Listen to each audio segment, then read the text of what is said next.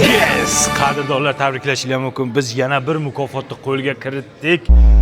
Demoqchi edim, lekin bu mukofot bizniki emas, bizniki desak ham bo'ladi. Chunki biz bilan hamkorlikda ishlayotgan Lalaku brendi Yil brendi Awards 2026 da Yil brendi nominatsiyasini qo'lga kiritdi.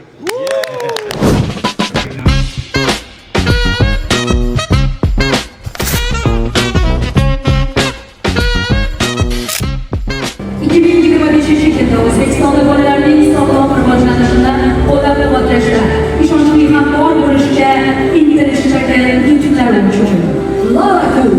Tabriklaymiz aka. Bu nechinchi mukofot olishinglar?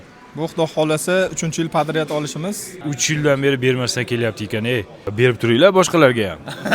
Lalaku takliflarini o'zingizlar bilasizlar. Mana tabriklab qo'yishinglar mumkin. Lalaku Yil brendi mukofotini oldi. Yana bitta qarsak.